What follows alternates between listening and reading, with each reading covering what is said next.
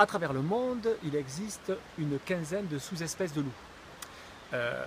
Des loups de taille très variée, à savoir des tout petits loups qui peuvent vivre notamment en Israël, en Arabie Saoudite, au Yémen.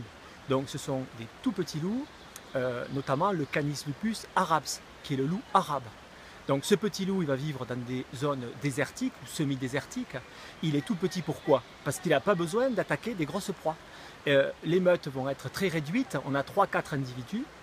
Ces loups vont s'attaquer à des insectes, donc pas besoin d'être très costaud. Et ces loups vont chasser en meute, mais plus ou moins. Pourquoi? Parce que pour aller attraper un petit lézard dans le désert ou un hérisson, il n'y a pas besoin d'être 50. Voilà, ce loup pèse entre 15 et 20 kilos. Et à l'extrême, vous avez des loups beaucoup plus gros, et notamment le loup arctique. Ce loup, le fameux loup tout blanc. Ce loup, il pèse autour de 60 kg, très beau spécimen. Il vit en meute, des grandes meutes, des meutes qui peuvent compter 10, 12, 15 individus. Pourquoi? Eh bien parce qu'on va chasser des grosses proies. Et notamment, je pense au loup canadien, que ce soit le Canis lupus occidentalis, par exemple, qui est un loup qu'on appelait avant le loup de Mackenzie.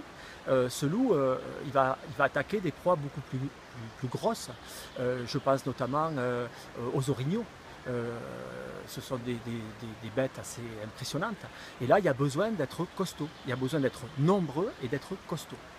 Voilà, donc je vous disais environ 15 sous-espèces à travers le monde. Je ne vais pas toutes vous les citer.